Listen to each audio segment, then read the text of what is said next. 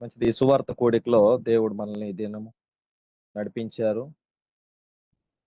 ప్రాముఖ్యమైనటువంటి సమయాన్ని మనం ఈ దినము కలిగి ఉంటున్నాము. మత్తయి సువార్త మొట్టమొదటిగా మనం మత్తయి సువార్త 3వ అధ్యాయం. మత్తయి సువార్త 3వ అధ్యాయము 2వ వచనము నేను చదువుతున్నాను. దయచేసి గమనించండి. 2వ వచనము. పరలోక రాజ్యము సమీపించి ఉన్నది. మారు మనసు పొందుడని యూదయ అరణ్యములో ప్రకటించుచుండెను. ప్రియులారా, మరి మనము ఇక్కడ చదివినటువంటి వాక్య భాగము మనందరికి కూడా బాగా పరిచయమైనటువంటి వాక్య భాగమే. అయినప్పటికీ కూడా దేవుడు మరి తన వాక్యమును మనందరి మేలుకరంగా, మనందరికీ ఆశీర్వాదకరంగా అదే రీతిగా మరి ఈ దినము వాక్యము ద్వారా ఏది నేర్చుకోవాలో మనందరికి కూడా నేర్పించి మనలను నవీనపరిచి నూతనపరిచి సిద్ధపరచును గాక. ఇది మరి బాప్తిసం ఇచ్చేటువంటి యోహాను ఏం చేస్తా ఉన్నాడు అనంటే, పరలోక రాజ్యము సమీపించి ఉన్నది. మారు మనసు పొందుడని యోదయ అరణ్యములో ప్రకటించుచుండెను. పిల్లరా, ఈ యొక్క పరిచర్య యేసుక్రీస్తు ప్రభువారు ఈ భూమి మీదకి వచ్చినప్పుడు, ఈ భూమి మీద ఉన్నప్పుడు అదే సమయంలో బాప్తిస్మిచ్చు యోహాను కూడా ఉన్నాడు. అయితే ఈ యోహాను మరి ముందుగానే దేవుని యొక్క రాజ్యమును గురించి ఎరిగినటువంటి వాడుగా ఉన్నాడు. మొట్టమొదటిగా ఈ యోహాను అనేకులకు ఈ యొక్క సువార్తను ప్రకటిస్తూ ఉన్నాడు.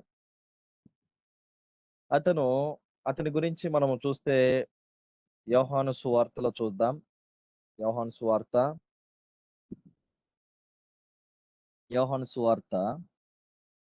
తను ఏమంటున్నాడు? మొదటి అధ్యాయము నేను చదువుతున్నానండి. 36వ వచనం అటువంటిగా చదువుతున్నాను. 36వ వచనం, 35 నుండి చదువుతున్నాను. 35, 36 వచనాలు. మరునాడు మరలా యోహానును అతని శిష్యులలో ఇద్దరును నిల్చుండగా అతడు నడుచున్న యేసు వైపు చూచి, ఇదిగో దేవుని గొర్రెపిల్ల అని చెప్పెను. ఇదిగో దేవుని గొర్రెపిల్ల. దేవుని గొర్రెపిల్ల గురించి సాక్ష్యమిచ్చుట కొరకై దేవుడు మరి బాప్తిస్మం ఇచ్చు యోహానుని ఏర్పాటు చేసుకుని ఆ యొక్క మరి దేవుని గొర్రెపిల్ల ఇంకా 29వ వచనంలో అయితే చాలా స్పష్టంగా రాయబడింది. మొదటి అధ్యాయము 29వ వచనం. మరునాడు యోహాను యేసు తన యొద్దకు రాగా చూచి, ఇదిగో లోక పాపమును మోసికొని పోవు దేవుని గొర్రెపిల్ల. ఏ గొర్రెపిల్ల అంటే లోక పాపమును మోసికొని పోవు దేవుని గొర్రెపిల్ల. ప్రియులారా, ఈ యొక్క దేవుని గొర్రెపిల్లను గురించి సాక్ష్యం ఇవ్వటానికి ఆ యొక్క దేవుని గొర్రెపిల్ల ఏమై ఉన్నదో తాను గుర్తించినటువంటి వాడుగా ఉన్నాడు.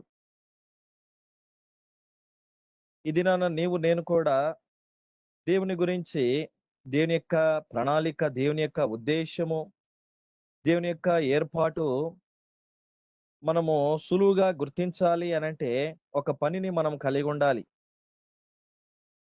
ఆ పని ఏమిటి అనంటే సువార్త ప్రకటించేటువంటి పని. అందుకే మనం చదువుతా వచ్చాం. మొట్టమొదటిగా మత్తయి సువార్త 3వ అధ్యాయంలో పరలోక రాజ్యము సమీపించి ఉన్నది, మారు మనసు పొందుడని యూదయ అరణ్యములో ప్రకటించుచుండెను. మొట్టమొదటిగా యోహాను చేస్తున్నటువంటి పని కనుక మనం గమనించినట్లయితే, పరలోక రాజ్యము సమీపించున్నది, మారు మనసు పొందుడి అని తను ఆ పనిని, దేవుని యొక్క రక్షణ సువార్తను ప్రకటించేటువంటి వాడుగా ఉంటూ ఉన్నాడు. అతను ఎక్కడ ప్రకటిస్తూ ఉన్నాడు అనంటే, అరణ్యములో ప్రకటించుచుండెను. అరణ్యములో మనుషులుంటారా? అరణ్యంలో వసతులు ఉంటాయా? దీని అర్థం ఏంటి అనంటే, మనం కూడా అక్కడ అనేక ప్రాంతాల్లో, అనేక స్థలాల్లో మనం వెళ్ళినప్పుడు ఇక్కడ ఏమవసరం? ఇక్కడ సువార్త ప్రకటించడం అంత అవసరం లేదు. ఇక్కడ ఎవరు వింటారు? ఇక్కడ ఎవరు వినరు. ఇక్కడ మరి వీరు మనం చెప్తే మారు మనసు పొందుతారా? మారు మనసు పొందరు. వీరికి దేవుని సంగతులు అర్థం కావు. ఎందుకు బోధించాలి? ఎందుకు వీరికి ప్రకటించాలి? అనే తలంపు మనలో చాలా మందికి ఉంటూ ఉంటది. అక్కడైతే ఆ స్థలంలో అయితే ఇంకా వేరే ప్రాంతాల్లో అయితే మనుషులు వింటారు. అక్కడ మంచివాళ్ళు అని మనం తలస్తూ ఉంటాం. కానీ ఇతను అరణ్యములో ప్రకటించుతూ ఉన్నాడు. ఎటువంటి వసతులు లేవు. అక్కడ లోకం అనేది ఉండదు. లోకానికి వేరుగా ఉన్నాడు. అరణ్యములో ఉంటూ ఉన్నాడు. అరణ్యములో ప్రకటిస్తూ ఉన్నాడు. ప్రియమైనటువంటి సహోదరుడా, సహోదరి, ఇతను ఈ పరిచర్య చేస్తూ ఉండగా ఏమి జరిగింది అనంటే, మరి తాను ఇంకొక పనిని గూడా జేస్తా ఉన్నాడు. ఏమిటి అనంటే, బాప్తిసం ఇస్తూ ఉన్నాడు. బాప్తిసం గురించి మనందరికీ తెలుసు. బాప్తిసం గురించి మనందరికీ బాగా తెలుసు. దాని గురించి మనము రోమీలకు రాసిన పత్రిక 6 అధ్యాయము మీకు ఇంటి దగ్గర సమయం ఉంటే చదవండి. కనుక మరి బాప్తిసం గురించి ఏం రాయబడింది? రోమీలకు రాసిన పత్రిక 6 అధ్యాయం 4 వచనం. కాబట్టి నేను చదువుతున్నానండి. 3వ వచనం. క్రీస్తు యేసులోనికి బాప్తిస్మం పొందిన మనమందరము ఆయన మరణములోనికి బాప్తిస్మం పొందితిమని మీరెరుగరా? అంటే ఆయన మరణములోనికి బాప్తిస్మం పొందితిమని మీరెరుగరా? ప్రియులారా, ఈ యోహాను చాలా చక్కటి పరిచర్య చేస్తూ వచ్చాడు ఈ భూమి మీద. ఒకవైపు సువార్తను ప్రకటిస్తా ఉన్నాడు. పరలోకపు రాజ్యపు సంగతులను ప్రకటిస్తూ ఉన్నాడు. ఎక్కడ? యూదయ అరణ్యములో. వారి కఠినులే. వారికి మరి అప్పటికే ధర్మశాస్త్రాన్ని అనుసరిస్తూ ఉన్నటువంటి వారు ఎంతో మరి వారు ఖచ్చితంగా ధర్మశాస్త్రాన్ని పాటించేటువంటి వారు ఉంటూ ఉన్నారు. కానీ ఇప్పుడు దేవుని యొక్క ఉద్దేశాలు ఈ గొర్రెపిల్ల ద్వారా ఈ భూమి మీద అందరికీ రక్షణ తీసుకురావాలి అనేది తండ్రి అయిన దేవుని యొక్క చిత్తమై ఉంటున్నది. కనుక లోక పాపములు మోసుకొని పోవు దేవుని గొర్రెపిల్ల. ప్రియమైనటువంటి సహోదరుడా, సహోదరి, నీ జీవితంలో, నా జీవితంలో కూడా మనము కూడా దేవుని యొక్క పనిని భూమి మీద కలిగి ఉండాలి. యోహాను దేవుని యొక్క పనిని ఈ భూమి మీద కలిగి ఉన్నాడు. సువార్త ప్రకటించేటువంటి వాడుగా ఉన్నాడు. రెండవదిగా తాను మరి అరణ్యములో జనసంచారము మరి అక్కడ ఉండొచ్చు, ఉండకపోవచ్చు. కనుక అటువంటి ప్రాంతాల్లో మరి తాను సువార్తను ప్రకటిస్తూ ఉన్నాడు. ఇంకా మరి తాను బాప్తిసం ఇచ్చేటువంటి వాడుగా ఉంటూ ఉన్నాడు. ఈ బాప్తిసం గురించి అతనికి ఎవరు బోధించి ఉండొచ్చు? ఈ యొక్క బాప్తిసం ఇవ్వాలని ఈ దినాల్లో మనం చూస్తా ఉన్నాము. చిన్నపిల్లలప్పటి నుంచి చూడొచ్చు. లేకపోతే ఈ మధ్య కాలాల్లో అనేక మంది బాప్తీసులు తీసుకోవటం, బాప్తీసులు ఇవ్వటం ఇది మనం చూస్తా ఉన్నాం. కానీ ఈ బాప్తీసం ఇవ్వాలని దేవుడే మరి ఈ యొక్క ఆయన మరణములోనికి చూడండి, చదువుతున్నాను. రోమీయులకు రాసిన పత్రిక 6 అధ్యాయం 3వ వచనం. క్రీస్తు యేసులోనికి బాప్తిసం పొందిన మనమందరము ఆయన మరణంలోనికి బాప్తిసం పొందితని మీరెరుగరా? ఆయన మరణము గురించి ప్రచురము చేయటం. ఆయన ఎందుకొరకు వచ్చాడు ఈ భూమి మీదకి? దేవుని యొక్క ఉద్దేశం ఏమై ఉన్నది? ఈ మానవాళి ఎడల మానవులందరూ కూడా రక్షించబడాలి. అందరికీ రక్షణ మార్గాన్ని మరి దేవుడే ఏర్పాటు చేసి ఉన్నాడు. అయితే ఈ బాప్తిస్మిచ్చు యోహాను బాప్తిస్మము కూడా ఇస్తా ఉన్నాడు. బాప్తిస్మ ఇస్తా ఉన్నాడు. బాప్తిస్మ ఇచ్చినప్పుడు మత్తయి సువార్త 3వ అధ్యాయం నేను చదువుతున్నానండి. 5, 6 వచనాలు. ఆ సమయమున యెరూషలేము వారును యూదయ వారందరును యొర్దాను నదీ ప్రాంతముల వారందరును అతని యొద్దకు వచ్చి తమ పాపములు ఒప్పుకొనుచు యొర్దాను నదిలో అతని చేత బాప్తిస్మం పొందుచుండిరి. చూడండి, వారు ఏం చేస్తా ఉన్నారంటే, ఇప్పుడు ఈ యొక్క సువార్త ప్రకటించబడినప్పుడు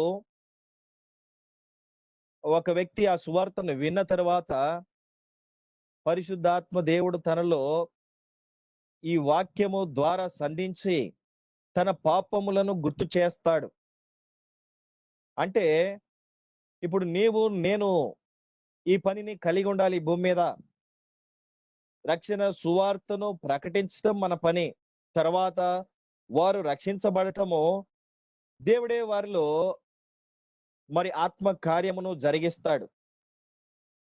అయితే మనం మాత్రము చేసేటువంటి ఒకే ఒక పని సువార్తను ప్రకటించటం. అనగా దేవుని యొక్క ఉద్దేశం ఏమిటి మానవుడి ఎడల?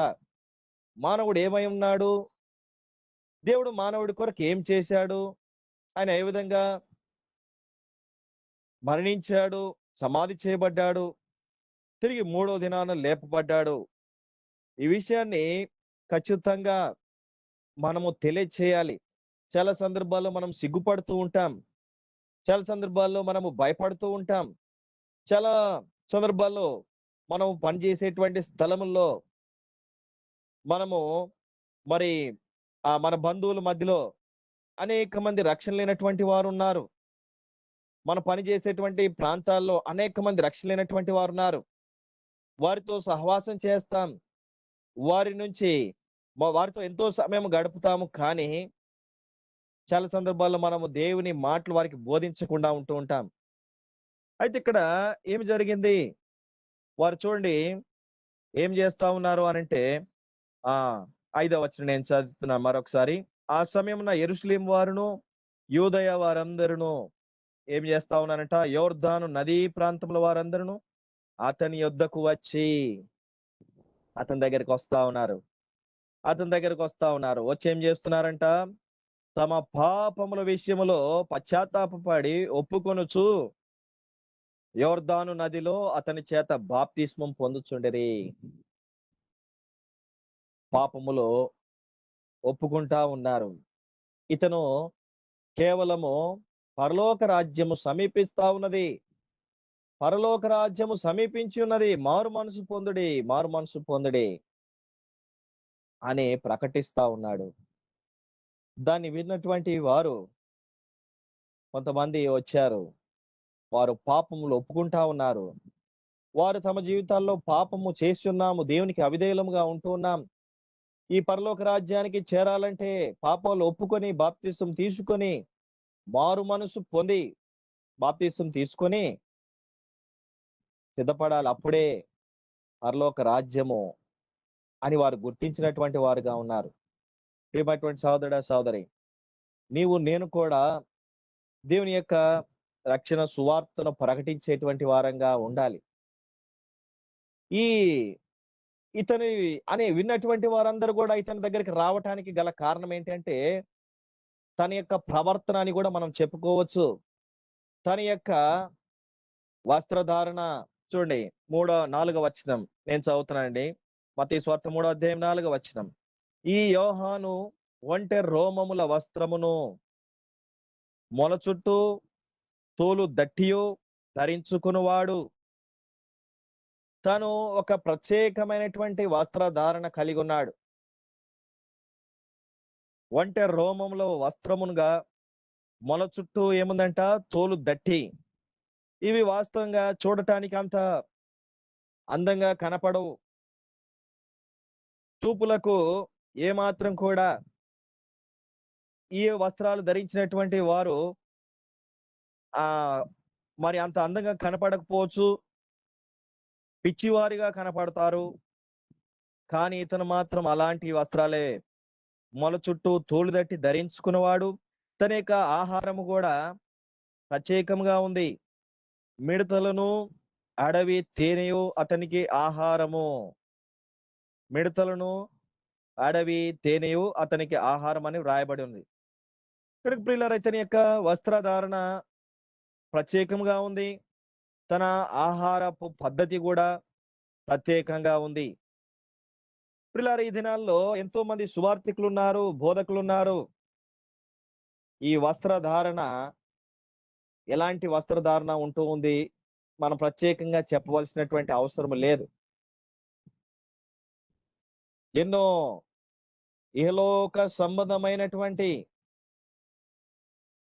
ఈ వస్త్రధారణ చూచినప్పుడు ఈ వాక్యము వినేటువంటి వారిలో ఎలాంటి కోరికలు, ఎలాంటి ఆశ పుడుతూ ఉంటుంది అంటే, నేను కూడా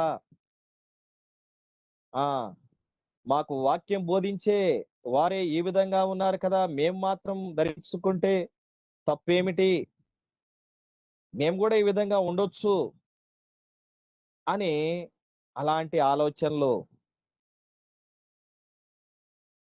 సోదరుడా, సహోదరి, ఇతని యొక్క జీవితము అనేకులను దేవుని దగ్గరికి నడిపించినటువంటి జీవితం.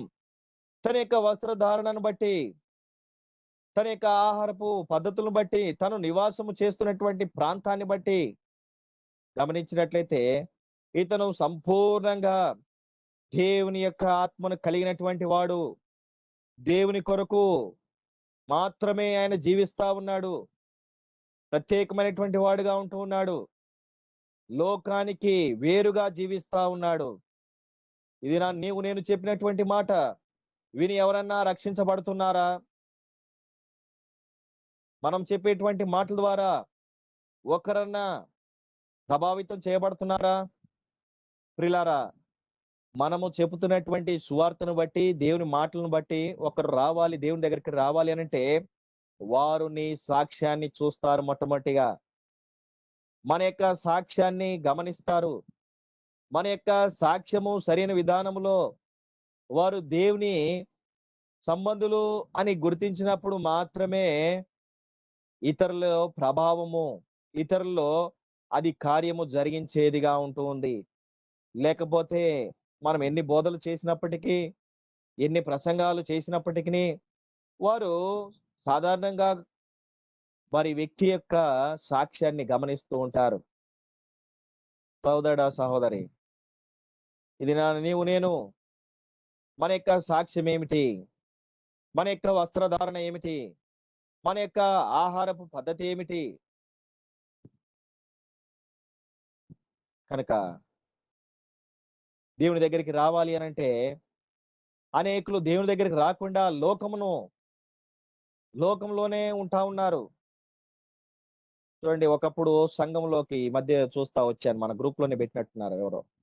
ఒకప్పుడు ఆ సంఘములో ఏముంది? లోకానికి వెలుపటిగా ఉంది సంఘము. లోకానికి దూరంగా ఉంది సంఘము. కాబట్టి ఎంతో ప్రభావితము, ఎంతో ప్రభావము సంఘంలో ఉంది. అనేక ఆత్మలు రక్షించబడినవి. సంఘములో అనేక ఆత్మలు చేర్చబడతా వచ్చాయి. కానీ ఈ దినాన ఏం జరుగుతుంది అంటే, లోకం అనేది సంఘంలోనికి వచ్చేసింది. లోకమంతా కూడా సంఘంలోనే కనపడతా ఉంది. లోకమంతా సంఘంలోకి వచ్చి ఆత్మలో చెల్లాచెదరు చేస్తా ఉంది. ఆత్మలో మరి దేవుని నుంచి దూరం అయిపోతా ఉన్నారు. ప్రియమైనటువంటి సోదరుడా, సహోదరి, నీ జీవితము నా జీవితమే ఒక పత్రిక అనే సంగతి మనం ఎప్పుడు గుర్తిస్తాము? మన జీవితాలే మనమే ఒక పత్రికగా ఉండాలి. మనము సువార్త లేకపోతే మంచి మంచి రెఫరెన్స్లు ఎత్తుకొని వాక్యం చెప్పొచ్చునేమో, కానీ దాని వలన కాదు. నీ యొక్క ప్రవర్తన, నీ యొక్క సాక్ష్యం కూడా చాలా ప్రాముఖ్యమైంది. కనుక ప్రియులారా, ఇతను అరణ్యములో నివాసం చేస్తా ఉన్నాడు. లోకానికి వేరుగా ఉంటా ఉన్నాడు. అరణ్యములో ఏ సౌకర్యం ఉండదు. అరణ్యములో ఎలాంటి ఫెసిలిటీలు ఉండవు. అరణ్యములో దిక్కుముక్కు తెలియదు. ఏం జరిగేది తెలియదు.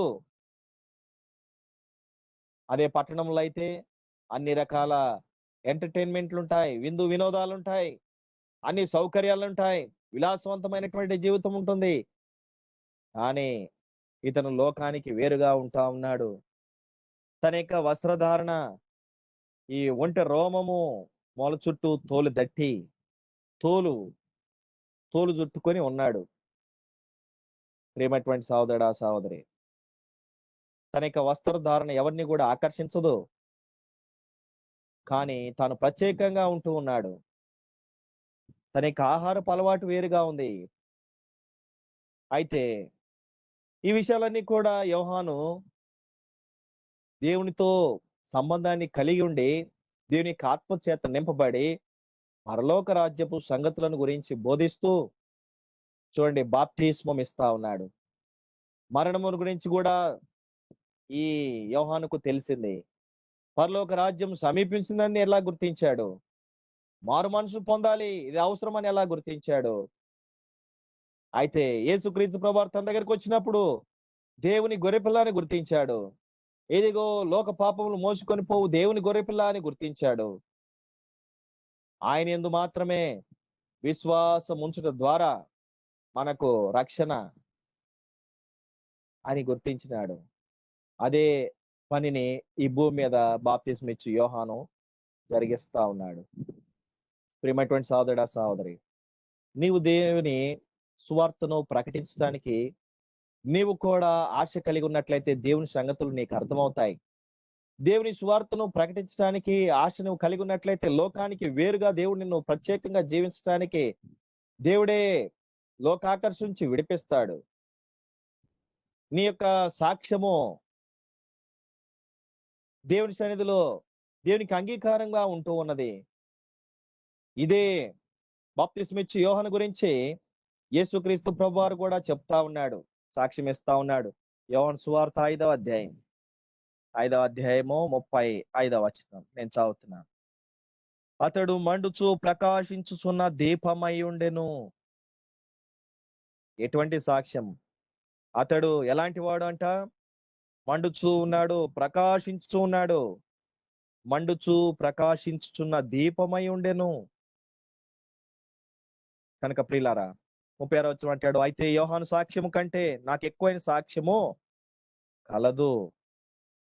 కనుక బాప్తిస్మం ఇచ్చు యోహాను ప్రత్యేకమైనటువంటి జీవిత విధానమును కలిగి ఉన్నాడు. కాబట్టి ఆ దగ్గరికి అనేకులు వచ్చినారు. ఇంకా తాను ఏం చేస్తా వచ్చాడు తెలుసా? చూడండి నేను చదువుతున్నాను. యోహాను సువార్త మొదటి అధ్యాయము 37వ వచనం, 36, 37 నేను చదువుతున్నానండి. ఆ అతడు నడుచున్న యేసు వైపు చూసి ఇదిగో దేవుని గొర్రెపిల్ల అని చెప్పెను.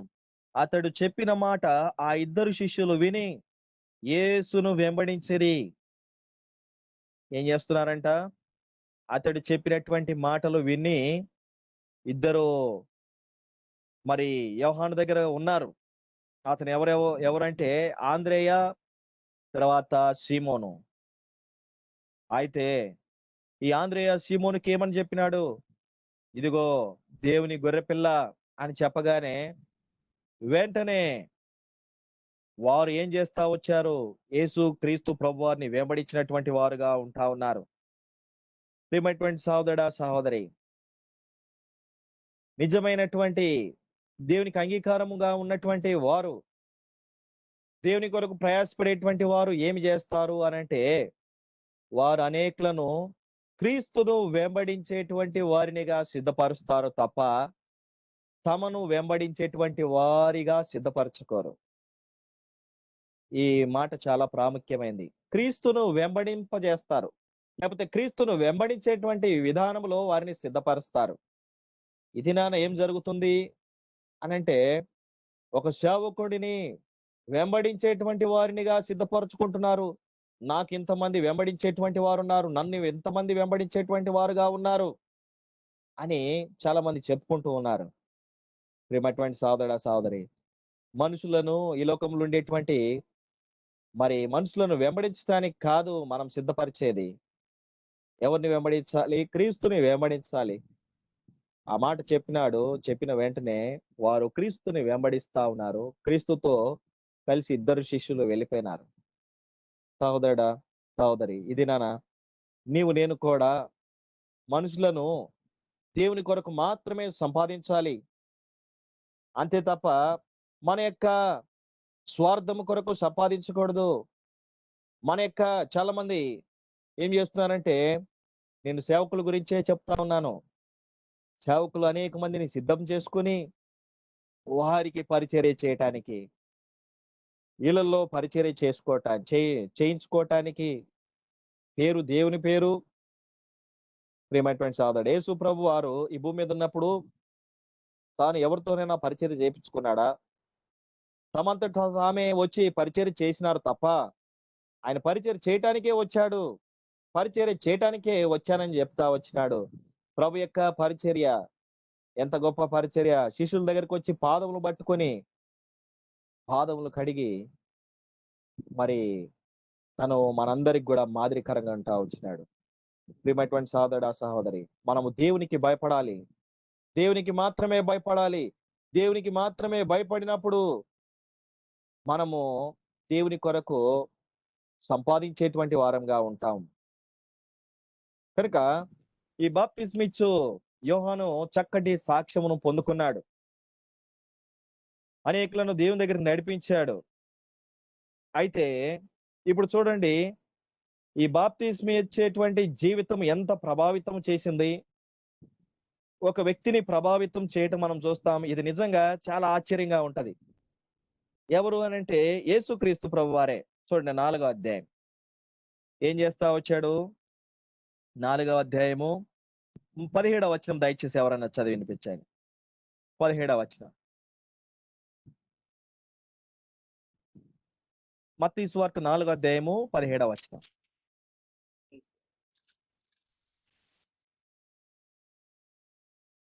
ఆ.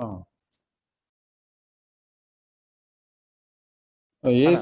నుండి యేసు పరలోక రాజ్యము సమీపించినది గనుక మారుమోసు పొందుడని చెప్పుచు ప్రకటింప మొదలు పెట్టెను. చాలండి. అప్పటి నుండి యేసు ఏం చేస్తా ఉన్నాడంట? పరలోక రాజ్యము సమీపించి ఉన్నది గనుక మారు మనసు పొందుడని చెప్పుచు ప్రకటింప మొదలు పెట్టాను. ఈ మాట ముందుగా ఎవరు చెప్తూ వచ్చారు అనంటే బాప్తిస్మిచ్చు యోహాను కూడా చెప్తా ఉన్నాడు. అదే మనం చదువుతా వచ్చా మత్తయి సువార్త 3వ అధ్యాయం 2వ వచనం. పరలోక రాజ్యము సమీపించి ఉన్నది, మారు మనసు పొందుడని యోదయ అరణ్యంలో ప్రకటించుచుండెను. 2 విషయాలు ప్రాముఖ్యంగా కనపడతాను. పరలోక రాజ్యము సమీపించున్నది. యేసుక్రీస్తు ప్రభువారు కూడా పరలోక రాజ్యము సమీపించి ఉన్నది. ఇంకేమంటున్నాడు ఇక్కడ? మారు మనసు పొందుడి. యేసు ప్రభువారు కూడా అంటున్నాడు మారు మనసు పొందుడి. ప్రియులారా, బాప్తిస్మ ఇచ్చేటువంటి యోహాను యొక్క జీవితం ఎంత ప్రభావితం చేస్తా వచ్చింది. తాను ఈ దినాల్లో మనం కూడా ఈ విధంగా ప్రభు కొరకు తీర్మానం చేసుకోగలిగితే మన జీవితాల ద్వారా కూడా అనేకులు ప్రభావితం చేయబడతారు. అనేకులు ప్రభావితం చేయబడతారు. అదే మాట చెబుతా ఉన్నాడు యేసు ప్రభు. పరలోక రాజ్యము సమీపించున్నది, మారు మనసు పొందుడి. ఇదే మాట బాప్తిస్మ ఇచ్చేటువంటి యోహాను ముందుగానే చెప్తా వచ్చినాడు. ప్రియమైనటువంటి సహోదరుడా, సహోదరి, యేసుక్రీస్తు ప్రభువారి యొక్క జీవితం కూడా నన్ను ప్రభావితం చేస్తా వచ్చింది. ఆయన ఏం చేస్తా వచ్చాడు? ఎంత తగ్గించుకున్నాడు? ప్రభావితం చేసిందా మనకి? ఎప్పుడన్నా కూడా ప్రభు పరిచర్యను గుర్తించామా? ప్రభు ఎంతగా తగ్గించుకున్నాడు? ఈ భూమి మీద తాను ధనమును ప్రేమించాడా? ధనం కొరకు పరిచర్య చేసినాడా? లేదు. ఒక సందర్భంలో పన్ను కట్టాలి. పన్ను కట్టవలసినప్పుడు శిష్యుడితో ఏమని చెప్పినాడు? నీ కొరకు నా కొరకు పన్ను కట్టడానికి గాలం వేయి. చేప కనపడుతుంది, చేప నోటిలో నాణ్యం ఉంటది, అరశెకెలు తీసుకొని నీ కొరకు నా కొరకు పన్ను చెల్లించు. ప్రభు దగ్గర డబ్బులు పెట్టుకోలేదు. యేసుక్రీస్తు ప్రభువారు దేవుని కుమారుడుగా ఈలోక పాపములు మోసుకొని పోవు దేవుని గొర్రెపిల్లగా ఈ లోకానికి వచ్చి దేవుని యొక్క తండ్రి అయినటువంటి దేవుని చిత్తాన్ని నెరవేర్చడానికి ఈ భూమి మీదకి వచ్చాడు. అంతేగాని ఆయన ఇక్కడ ఏదో భూమి మీద రాజ్యమును మరి ఈ భూమి మీద తన కొరకు ఒక రాజ్యాన్ని నిర్మించుకోవడానికి రాలేదు. ఈ భూమి మీద తనకు పరిచర్య చేయించుకోవడానికి రాలేదు. ప్రియమైనటువంటి సోదరుడా సోదరి, ఈరోజు జరుగుతున్నదేంటి? మనము పరిచర్య చేయవలసినటువంటి వారంగా ఉన్నప్పుడు పరిచర్య చేపించుకోవటము నిజంగా ఇది ఎంత న్యాయమేనా? కనుక ప్రియమైనటువంటి సోదరుడా సోదరి, మనం కూడా ఈ బాప్తిస్మ ఇచ్చేటువంటి యోహాను జీవితం నుంచి ఏం నేర్చుకోవాలి? తాను దేవుని పనిని భూమి మీద జరిగిస్తా ఉన్నాడు. ఈ సువార్త ప్రకటించుట ద్వారా ఎన్నో ఆశీర్వాదాలు ఉన్నాయి. ఈ సువార్త ప్రకటించుట ద్వారా ఎంత ఆశీర్వాదం ఉందంటే, మరి కొన్ని తలాంతులు ఇవ్వబడతా ఉన్నాయి. పరలోక రాజ్యపు సంగతులు గుర్తించినటువంటి వాడుగా ఉంటూ ఉన్నాడు. మరి ముందుగానే మన పునరుద్ధానము జీవం గురించి గుర్తించినటువంటి వాడుగా ఉంటూ ఉన్నాడు. అది గుర్తించే బాప్తిస్మ ఇస్తా ఉన్నాడు. యేసుక్రీస్తు ప్రభువారు కూడా బాప్తిస్మ తీసుకున్నారు. అంత మాత్రమే కాదు, తాను నిస్వార్థంగా పరిచర్య చేస్తా వచ్చాడు. శిష్యులకు చెప్పినాడు, దేవుని గొర్రెపిల్ల అని చెప్పినాడు. వెంటనే శిష్యులు అతని దగ్గర నుండి యేసు ప్రభుని వెంబడించడం మొదలు పెట్టినారు. ప్రియమైనటువంటి సోదరుడా సోదరి, ఇది నీవు నేను కూడా నిస్వార్థంగా ఈ భూమి మీద పని చేయాలి, పరిచర్య చేయాలి. దేవుని యొక్క రాజ్యమును మనం ప్రకటించేటువంటి వారంగా ఉండాలి. దేవుని యొక్క రాజ్యమును ఈ సువార్తను ప్రకటించడానికి అవసరమై ఉంటున్నది. ఈ భూమి మీద ఎంతో మంది దేవుణ్ణి అంగీకరించినటువంటి వారు ఉన్నారు. ఎంతో మంది అన్ని జనులు ఉంటున్నారు. కనుక వీరందరూ కూడా రక్షించబడాలి, వీరందరూ కూడా దేవుని దగ్గరికి నడిపించబడాలి అని అంటే నీవు సువార్త ప్రకటించడం అనేది ఎంతో అవసరమై ఉంటా ఉన్నది. కనుక మరి నీవు నేను కూడా సువార్తను ప్రకటించడానికి తీర్మానం చేసుకుందాం. నీవు నేను కూడా ఒక సాక్షిగా ఉండటానికి తీర్మానం చేసుకుందాం. యేసు ప్రభువు వారు ఇచ్చినటువంటి సాక్ష్యం ఎంతో గొప్పదిగా ఉంది. మన జీవితాల్లో కూడా ప్రభు నుండి మాత్రమే మనం సాక్ష్యం సంపాదించుకోవాలి. కనుక మరి చూడండి, ఒక రాజుల గ్రంథంలో చూస్తే ఒక చిన్నదంట, మనందరికి తెలుసు, కుష్ఠరోగంతో ఉన్నటువంటి నయమాను దగ్గర మరి ఉంటా ఉంది. ఆమె ఏం చేస్తా వచ్చింది? ప్రవక్త దగ్గరికి, దైవజనుడి దగ్గరికి నడిపించినది చిన్నదిగా ఉంటా ఉంది. ఒక చిన్న చూడండి, నేను చదువుతున్నాను, చదివితే మంచిది అర్థం అవుతుంది. రెండవ రాజుల గ్రంథం 5వ అధ్యాయం నేను చదువుతున్నానండి. 2వ వచనం. సిరియా బయలుదేరి ఇశ్రాయేలు దేశం మీదకి పోయి ఇండ్రి. వారచ్చటి నుండి ఒక చిన్నదాని చెరగుని తెగ, అది నయమాను భార్యకు పరిచారము చేయుచుండెను. 3వ వచనం. అది షోమ్రోన్లో ఉన్న ప్రవక్త దగ్గర నా ఏలిన వాడుండవాలని నేనెంతో కోరుచున్నాను. అతడు నా ఏలినవానికి కలిగిన కుష్ఠరోగము బాగు చేయనని తన యజమానురాలితో అనెను.